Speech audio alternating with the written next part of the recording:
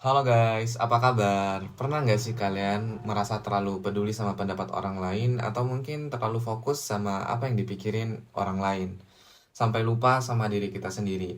Well, kali ini kita bakal bahas soal bodo amat. Kenapa penting banget buat punya sikap ini dan gimana caranya kita bisa mulai? Karena percaya deh, sikap ini tuh nggak bikin cuma hidup kita tuh lebih santai, tapi juga bisa ngebantu kita untuk mencapai tujuan tanpa terganggu oleh hal-hal yang nggak penting. Let's dive in. Pertama-tama, apa sih sebenarnya yang dimaksud dengan bodo amat? Banyak yang salah paham dan mikir kalau ini tuh artinya harus benar-benar cuek sama semua hal. Padahal, menurut buku Sebuah Seni untuk Bersikap Bodo Amat, lebih ke kemampuan untuk memilah mana yang penting dan mana yang enggak. Bayangin kalau kita terlalu peduli sama setiap pendapat setiap orang, setiap komentar di sosmed, dan setiap gosip di sekitar kita, hidup itu tuh bakal penuh drama. Dan kita nggak bakal punya waktu buat hal-hal yang benar-benar berharga. Intinya, kita nggak bisa nyenengin semua orang. Dan kalau kita terus-menerus berusaha untuk itu, kita justru kehilangan diri kita sendiri. Jadi, bodo amat itu lebih ke menyaring mana yang penting dan mana yang enggak, supaya energi kita tuh nggak habis buat hal-hal yang nggak bermanfaat kayak gitu. Siapa di sini yang pernah ngalamin drama percintaan? Terutama di usia kita yang masih muda gitu kan. Kadang kita terlalu fokus sama apa yang dipikirin dia. Di satu sisi perhatian itu penting. Tapi kalau udah sampai mengorbankan diri sendiri, apa itu masih worth it guys? Dalam buku Jika Kita Tak Pernah Jatuh Cinta, dijelasin kalau cinta itu harusnya membebaskan, bukan membelenggu. Kalau kita merasa hubungan malah bikin stres, mungkin saatnya kita sedikit bodo amat. Kadang kita perlu prioritasin diri sendiri dan impian kita dulu. Kalau kamu lagi sibuk sama project, belajar buat ujian, atau ngejar target, coba deh tahan diri buat nggak terlalu mikirin hal-hal yang cuma jadi distraksi. Ingat, relationship yang sehat itu yang saling mendukung, bukan yang ngebuat kita tuh kehilangan fokus. Nah, sekarang kita masuk ke bagian yang gak kalah penting, yaitu fokus pada diri sendiri. Dalam buku Berani Tidak Disukai, kita diajarkan untuk berani menjadi diri sendiri tanpa takut akan penilaian orang lain. Ini termasuk berani mengejar apa yang kita inginkan, meskipun banyak orang yang gak setuju. Kenapa?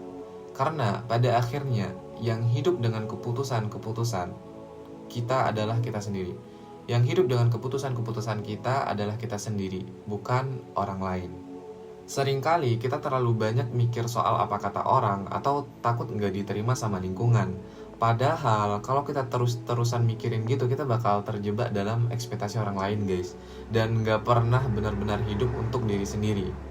Yuk, mulai sekarang coba kurangi sedikit kebiasaan overthinking dan mulai fokus ke hal-hal yang beneran bikin kita bahagia. Siapa yang di sini pernah ngerasa kesepian?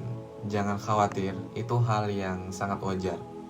Kita coba ambil dari buku Jika Kita Tak Jadi Apa-apa. Kita diingatkan bahwa kesepian itu nggak selalu negatif. Kesepian bisa jadi waktu yang tepat buat kita mengeksplor diri kita dan mengenal siapa diri kita sebenarnya tanpa pengaruh orang lain. Kebanyakan orang takut sendirian karena mereka nggak nyaman dengan diri mereka sendiri. Padahal, momen-momen sendirian bisa jadi saat yang paling berharga buat self-reflection dan growth. Jadi, kalau kamu merasa kesepian, jangan buru-buru cari pelarian. Coba nikmati dulu momen itu dan lihat apa yang kamu bisa pelajari dari diri sendiri. Terakhir, kita masuk ke soal prioritas.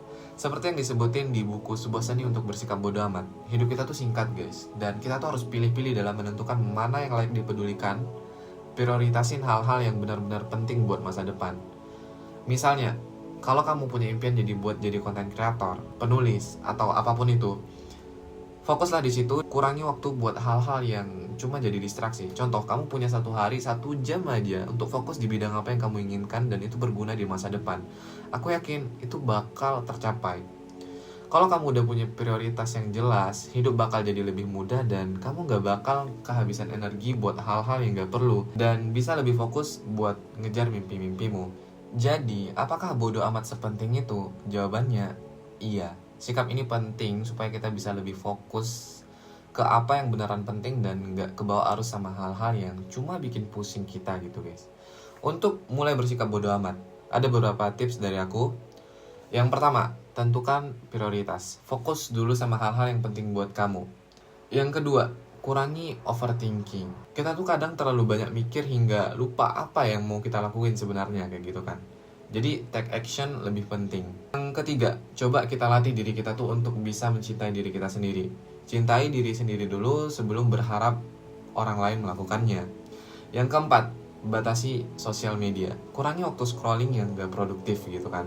5. Belajar dari kesepian. Gunakan waktu sendiri untuk refleksi diri dan pertumbuhan diri kita. Ingat, sikap bodo amat bukan berarti kita jadi cuek dan gak peduli sama sekitar.